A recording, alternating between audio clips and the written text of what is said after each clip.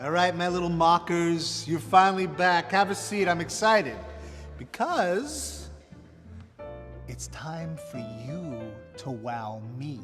That's right. I'm sick of doing all the heavy lifting, all the work around here. It's time for you to dazzle. Mr. Macher, come with me. There's been an explosion in Set 6 and we need to get out of here right now. Come on. Alright, so something happened in Set 6. I'm the security guard down there. My name is William Hirsch. Hi, it's nice to meet you. We need to get out of here right now. There's a fire headed this way. We've got fire teams on support right now, but hopefully it should be good by the end of this. Also, I have a bit of an idea that I'd love to explain to you on the way down the stairs. But right now we need to get out of here. Come on. Alright, Mr. Macher, so I know this isn't the best time, but I just wanted to explain this idea that I had to you, kind of pitch it to you. So the idea is that there's these two guys, there's David and Jason, and they live in this future where basically the companies in the future can look into your future with this thing called the foreground machine. Alright, and it looks into your future and it tells you when you're gonna die, how you're gonna die, and it's just this new thing. It's something that you would really dig. Alright, now, in this future, David and Jason can't get a job anywhere because they always fail the foreground check. Alright, now when they keep failing this foreground check, it's really bad. They don't know, they're like, oh crap, we're gonna die sometime soon. Because, they're looking into the future and they're seeing that they're gonna die sometime soon. So what they do is they go out and they look into the foreground machine, alright? They go and they break into the government facility. And when they're looking in there, they find out that this machine, instead of looking into people's futures, it's changing them. So when they look in there and they're seeing that it's changing these futures up, they get really mad and they go and tell the public, alright? And when the public finds out, they're like, oh no! So they go in there, alright, and they start a revolution, man. And when they do that, they create this big old revolution that takes over the government, alright? And they're toppling down towers in a big fight scene, alright? And they overthrow the government. And now that the American government has been overthrown, they're not controlling people anymore with the foreground machine.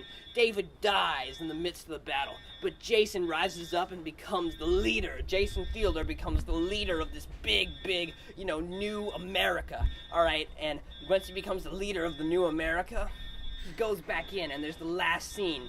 He goes back to the foreground machine and turns it on. That he's controlling the people again. Now, it's changed a little bit over the past few months, but originally it wasn't going to have, all this revolution stuff. Originally it was going to have, it was going to be about human rights. However, this time, it's about the revolution, it makes it revolutionary, you get the joke? It makes it a little bit more appealing to the kids with the action and stuff.